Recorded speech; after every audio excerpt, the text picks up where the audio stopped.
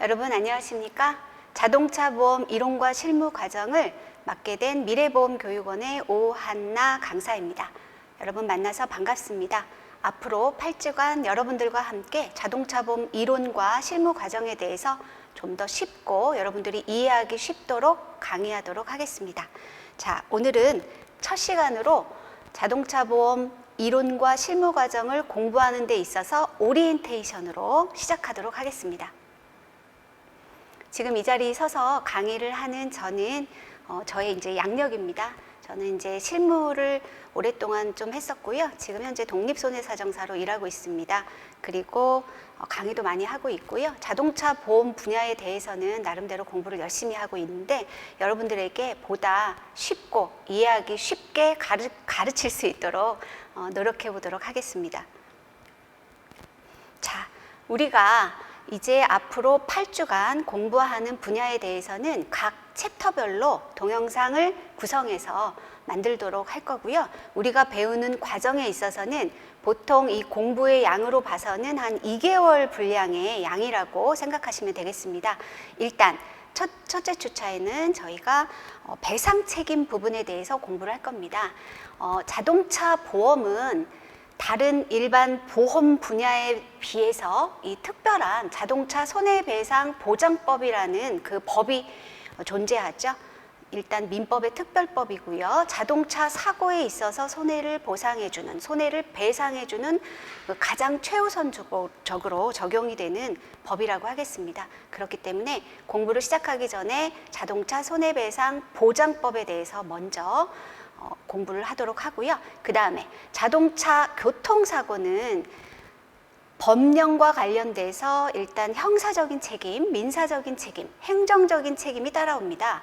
우리가 공부하는 입장에서 민사적인 자동차 보험을 공부하지만 오로지 민사만 알고는 사실 이 자동차 손해사정을 하기에는 좀 부족한 면이 있어요. 그렇다 보니까 형사적인 책임 까지 같이 공부해 보도록 하고요. 그 다음에 이제 특별법인 자동차 손해배상 보장법의 기본적인 정의, 용어, 자동차 손해배상 보장법의 특징, 그리고 이 법의 손해배상 책임, 우리가 운행자 책임이라고 부르는 손해배상 책임에 대해서는 2주차에 열심히 좀 깊이 있게 공부해 보도록 하겠습니다.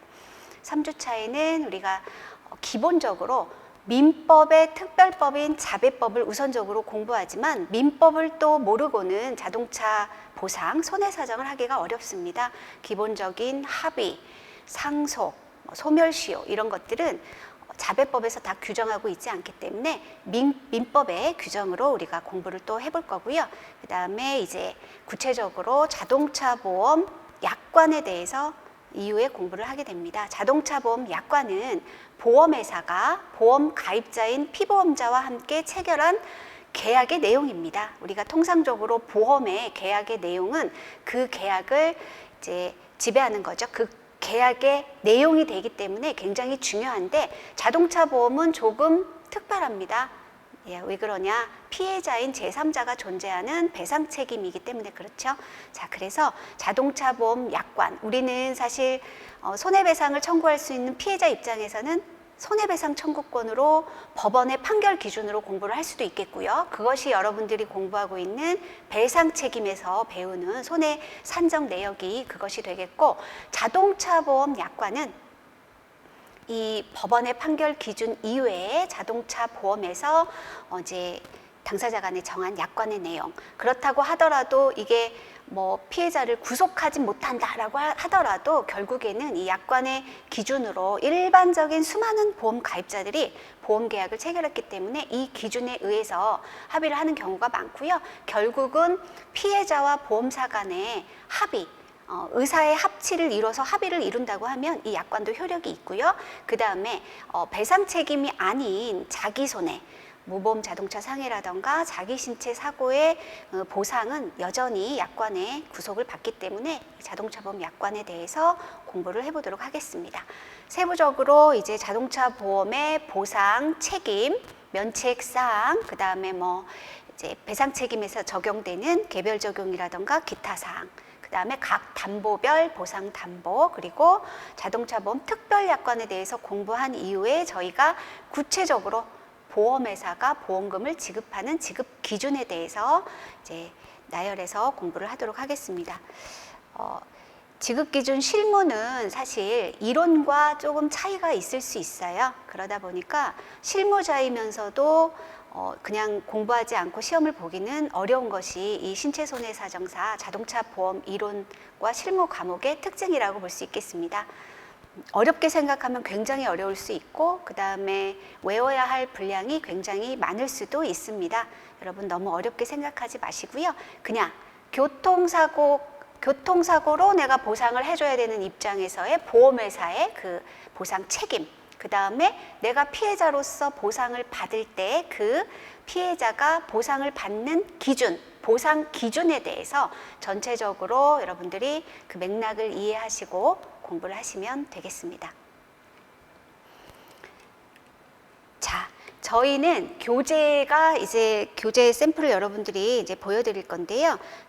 제가 만든 이 교재의 특징은 이렇게 간략하게 요약했다기보다는 이제 글밥이 좀 많습니다. 그 얘기는 혼자 공부를 하시더라도 이해할 수 있도록 일단 글밥이 많습니다. 처음 공부하시는 분들은 책의 내용이 너무 많다고 생각하실 수 있는데 처음에 한 번 정도는 정독을 하시는 게 좋겠고요.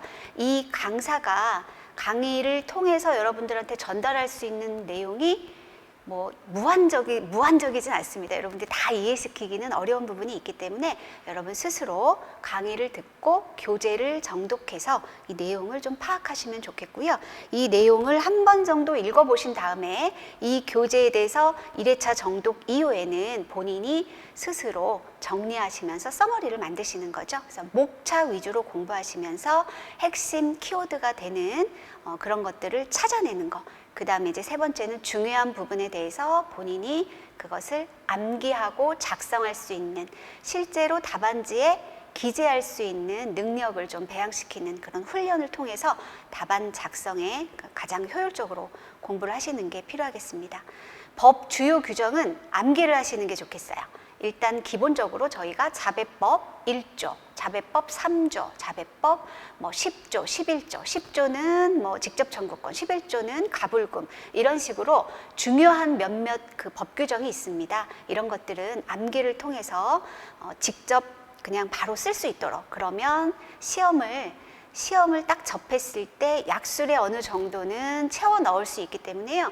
여러분들이 그 정도는 암기를 통해서 주요 법 규정은 암기를 하시길 바라겠습니다. 그 다음에 기초가 매우 중요합니다. 저희가 이번 강의에서는 어느 정도 자동차 보험을 알고 공부를 시작하는 그 입장에서 시작하시는 분들도 있고, 생전 처음 자동차 보험을 접하시는 분들도 있습니다.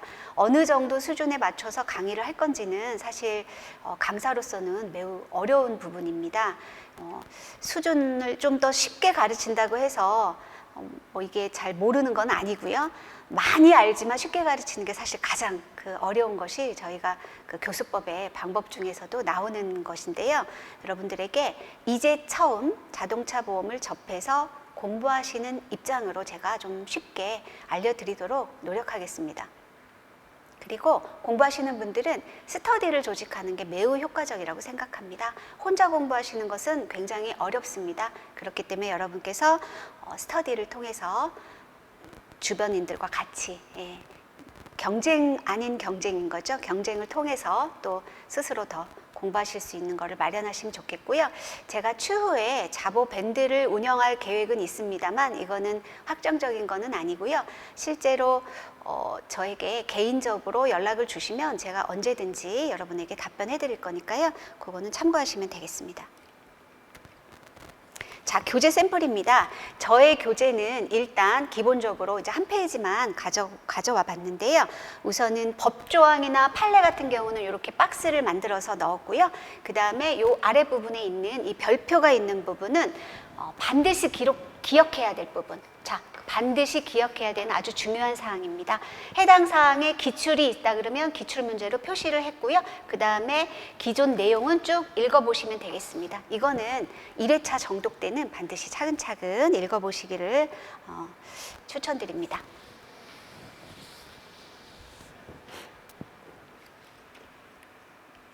자, 그 다음에 저희 수업 중에는 이제 메타 인지학습이라 그래서 제가 객관식으로 배웠던 내용에 대해서 객관식 문제풀이를 해볼 겁니다. 많이 하지는 않을 거고요. 뭐 한두 문제 정도 할 건데 이게 어떤 의미를 가지냐. 여러분들이 예전에는 2014년도 뭐 이전에 그 또 이전의 시험에서는요. 자동차 보험 이론 과목이 1차의 객관식에서 제출되었습니다.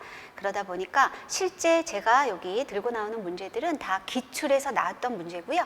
여러분들이 이론적으로 공부를 쭉 하고 내가 이것을 제대로 이해했는지 내가 이것을 제대로 풀 수 있는지를 객관식 문제풀이를 통해서 다시 한번 공부했던 내용을 상기시키고 기억하도록 하는 그런 방식으로 여러분들하고 같이 공부를 할 겁니다.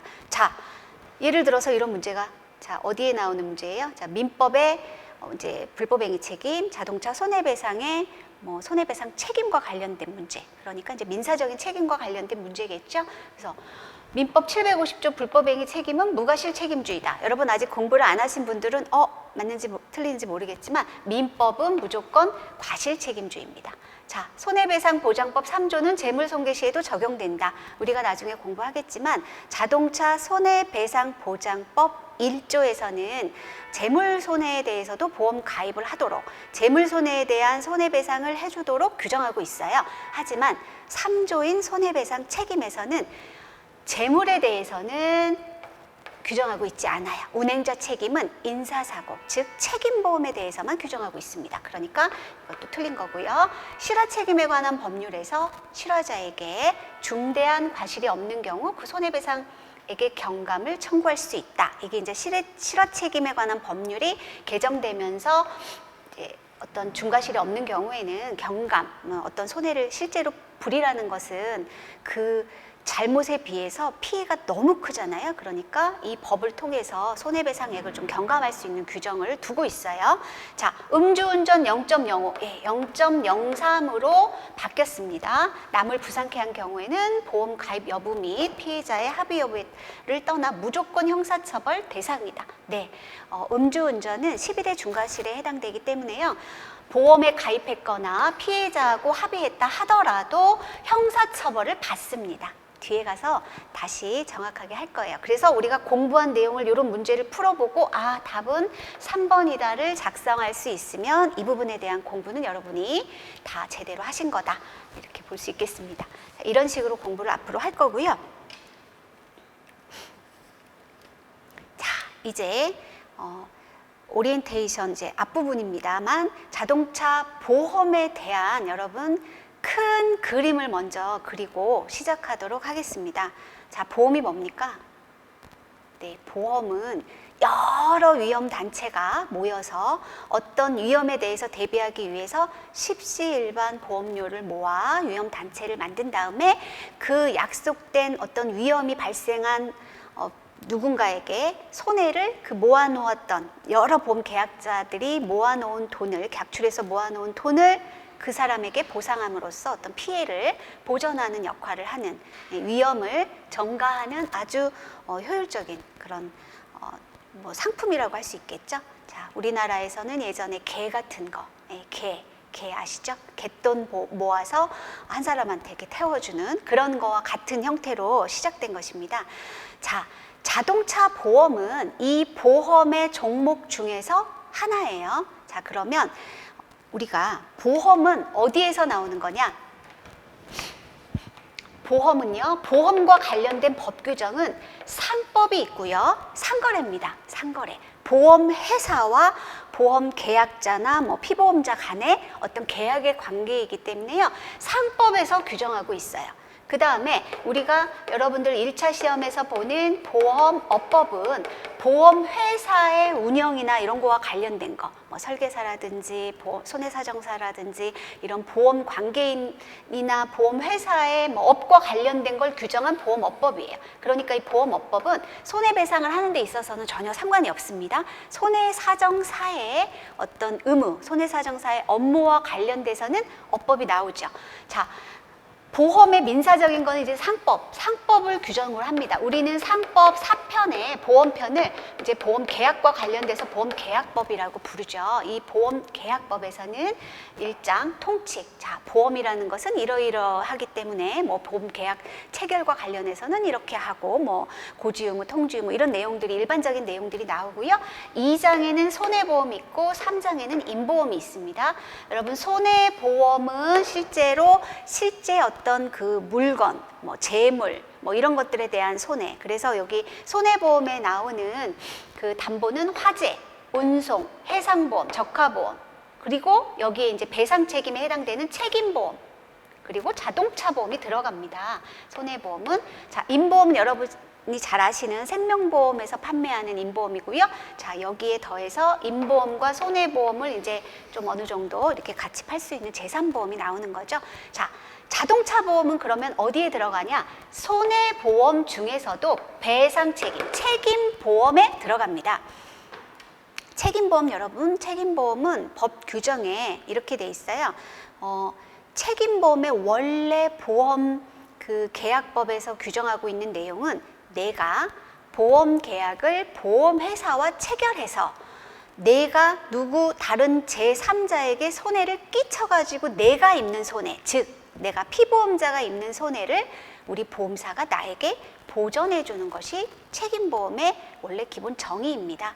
책임보험도 결국은 보험 가입자가 남에게 손해를 끼친 손해에 대한 그 보험 담보를 이제 전가해서 보험을 가입하는 것이지요. 이 책임보험의 범위 안에 들어가는 자동차 보험은 상법 규정에는 매우 그 법 규정이 한정적입니다. 자, 상법에는 상법 726조의 2항에 자동차 보험자의 책임, 그러니까 762조에서도 파생돼서 자동차 보험자의 책임이라고 돼 있고요. 여기 자동차 보험자의 책임은 피보험 자동차를 사용하다가 피보험자가 손해를 끼친 손해를 보상한다라고 규정하고 있고, 그 다음에 3조는 자동차 보험 증권에는 어떠어떠한 내용을 기재한다. 그 다음에 자동차 보험의 양도 규정만 나와 있을 뿐입니다. 그러니까 법에서의 자동차 보험은 그냥 자동차 보험은 배상 책임의 일종이다. 증권에는 뭘 적는다. 그리고 한 가지 양도에 대해서 규정해 놓았을 뿐이다. 요것만 기억하시면 되겠어요. 자, 그럼 우리가 공부하는 이 자동차 보험은 약관이라든지 뭐 이런 것들 있잖아요. 그럼 그건 도대체 어떤 걸 기준으로 우리가 지금 공부를 하게 되는 것이냐? 자동차 보험 약관은요, 여러분 그 행정규칙인 법은 아니고요. 행정규칙인 보험업 감독 규정이라고 하는 이 행정규칙 안에 시행세칙이 있어요. 시행세칙은 뭐예요? 어떤 규정하에 이렇게 구체적으로 하라고 하는 시행세칙이 있는데, 이 시행세칙의 별표 15에 표준약관을 규정하고 있어요. 금융위나 이런 데서 표준약관을 정하고 있어요. 이 표준약관에는요, 인보험, 손해보험, 그 다음에 자동차 보험에 대한 약관이 기재되어 있습니다. 그래서 우리가 공부하는 자동차 보험은요, 이 감독업 규정 시행세칙 별표 15에 있는 표준약관을 기준으로 공부하는 것이다. 이렇게 이해하시면 되겠습니다. 이 표준약관에는요, 대인, 대물에 대해서는요, 어떤 보험사든 다 똑같습니다. 배상 책임이기 때문에. 그리고 특히 자동차 손해배상 보장법에서는 대인배상원에 대해서는 강제보험이기 때문에 이 표준약관에서 강력하게 규정하고 있어요. 다 똑같습니다. 다만 자기 신체 사고, 무보험 자동차 상해, 뭐 자동차 상해, 아니면 특별 약관 이런 것들은 주식회사인 자동차 보험회사가 세부적으로 난 이렇게 만들래 라고 할 수 있기 때문에 표준 약관에서도 그 보험금 지급 기준 칸은 회사별로 다르게 할 수 있다라고 하고 있어요. 그래서 여러분들이 공부를 하시는 입장에서 자, 시험을 출제를 합니다. 나는 A사의 약관을 보고 공부를 했어요. 그러면 A사의 약관이 뭐 다 정답이냐? 그건 아니죠. B회사의 약관과 A회사의 약관이 서로 다를 수 있습니다. 그렇기 때문에 공부하실 때 여러분들이 그런 것들은 좀 이해를 하고 공부하셔야 돼요. 이런 것들은 보험회사마다 약관이 조금은 다를 수 있구나. 그렇기 때문에 시험을 출제하시는 출제자들도 어떻게 출제하겠어요? A회사에만 있는 약관 기준으로 절대 출제할 수 없기 때문에 그 해당 부분에 대해서는 동일한 거 아니면은 문제에서 던져줄 것이다. 이렇게 이해를 하시면 되겠습니다. 그래서 우리가 공부하는 자동차 보험 이론과 실무에서의 이론은 상법 규정 하에 있는 그 다음에 자동차 손해배상 보장법, 민법, 그리고 우리가 이제 표준 약관, 이 감독원 규정에서 나와 있는 표준 약관을 기준으로 이론을 공부하는 것이다. 실무적인 부분은 조금씩 다를 수 있는 부분이기 때문에 일반적인 부분으로 이제 실무와 이론을 같이 이렇게 섞어서 잘 말씀드리도록 하겠습니다.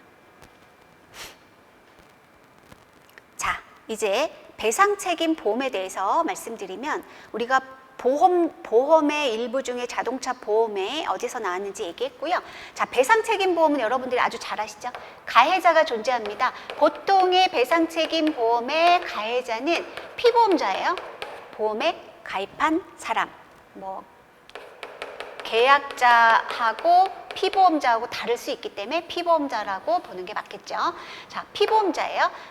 가해자가 피해자에게 어떤 불법 행위를 끼쳐서 불법 행위를 행해서 손해배상 책임을 집니다. 피해자는 가해자에게 손해배상을 청구할 수 있는 권리가 있어요. 그러면 양 당사자 간에 손해를 물어주고 손해를 보상받으면 끝납니다. 그런데 이런 게 현실적으로 이 가해자가 우리가 이제 배상 책임이 왜 필요한지 존재 이유를 얘기할 때는 이 가해자의 어떤 경제적인 무능력, 배상 자력이 없다 이러면 사실 물어줄 수가 없기 때문에요. 이 배상 책임, 특히 자동차, 왜 자동차에 대해서는 이 강력한 법이라든가 이런 게 존재하느냐? 자동차가 굉장히 많이 돌아다니죠. 지금 우리나라에 돌아다니는 자동차가 2,500만 대 이상입니다. 인구를 생각해 보면 어마어마한 숫자죠. 이 자동차 보험 중에 물론 모든 차량이 다 책임보험에 가입하지는 않지만 대인배상원을 의무적으로 가입해야 돼요. 그렇기 때문에 대인배상원을 의무적으로 다 가입하니까 모든 국민들은 자동차 보험은 보험료는 마치 세금 같아요. 물론 가입 안 할 수도 있지만 가입 안 하면 어떠냐? 뭐 과태료를 내거나 사고가 나면 벌금을 내는 등의 어떤 형사적인 처벌도 따라오잖아요. 그래서 강제보험이에요. 강제보험. 강제적으로 나라가 규정하고 있어요. 그러니까 이런 자동차에 대해서는 그냥 가입만 의무시키면 사람들이 가만히 있지 않겠죠? 그래서 보상과 관련해서도 좀 더 강력하게 적용을 합니다. 자, 자동차 보험 같은 경우는 그래서 여러 가지 절차들을 통해서 피해자를 보호하는 방식으로 하고 있죠. 자, 자동차 보험은요, 물론 배상 책임 모든 보험 다 해당이 됩니다. 자, 가해자가 이렇게 물어줘야 됩니다. 그래서 이 피해자 입장에서는 나는 소송을 제기할 수도 있고요. 아니면 가해자하고 직접 개인적으로 합의할 수도 있어요. 근데 가해자가 가입한 보험회사가 이를 대행해서 처리를 해줍니다. 가해자를 대신해서 보험회사가 피해자에게 손해를 보상해줘요. 이게 이제 보험회사가 그 업무를 이제 위임받아서 하는 거죠. 그 대신 처리해 주는 겁니다. 자, 그렇게 하고 나서 피해자는 만약에 가해자가 보험 접수를 안 해주거나 보험 처리를 거부하는 경우에는 법에서 직접 청구권을 행사할 수 있도록 규정해 주고 있어요. 이 직접 청구권은 우리가 아까 보험계약법에 해당하는 상법 규정에서도 규정되어 있고요. 그 다음에 자동차 손해배상 보장법에서도 규정하고 있어요. 이 법에서 다 규정하고 있어요. 자, 그리고 손해배상금이 서로 오고 갈 수 있겠고요. 보험회사는 가해자를 대신해서 피해자에게 보상을 해주는 것이다. 그렇기 때문에 피해자는요, 피해자 입장에서 보험회사하고의 이 보상 규정에 대해서는 사실 정해진 거는 없습니다. 우리가 통상적으로 피해자에게 보험회사가 자동차 보험 약관의 규정대로 합의를 해라 라고 강제할 사항은 아니에요. 왜냐? 피해자는 이 보험 둘 간의 계약 관계에 있어서의 이 보험 약관하고는 아무 상관이 없는 제3자잖아요. 그렇기 때문에 통상적으로 이렇게 이해하시면 돼요. 자, 피해자는 가해자에게 소송을 제기할 수도 있어요. 당사자 간의 합의를 볼 수도 있어요. 가해자, 즉 보험회사 대신한 보험회사하고 합의를 볼 수 있어요. 근데 보험회사는 판결금 기준으로 물론 제시할 수도 있겠지만 보험회사가 이 당사자 간의 계약의 내용으로 제시합니다. 약관이 이런데요? 라고 했을 때 피해자로서는 그럼 제가 그렇게 할게요 라고 하면 둘 사이에 화해가 성립이 되기 때문에 그냥 합의가 이루어지는 것이고요. 나는 그거 싫은데 나는 그 금액을 받고 싶지 않아요 라고 하면 소송을 제기할 수 있는 거예요. 법원 기준의 손해배상 소송을 제기할 수 있는 권리가 있습니다. 그렇다 보니까 여러분들이 지금 공부하고 있는 자동차 보험 이론에 대해서 약관이 절대적인 건 아니에요. 그래서 시험에서는 어떻게 출제하고 있냐? 자동차 보험 약관상 어떠어떠하다라고 기준을 제시해 주는 거예요. 왜냐? 피해자 입장에서는 소송도 분명히 제기할 수 있습니다. 그래서 약관도 공부하고 손해배상 기준도 공부해야 되는 것이 이 자동차 보험의 실무자들은 그렇게 하고 있습니다. 그래서 자동차 보험 배상 책임의 구조에 대해서 일단 간략하게 말씀드렸어요.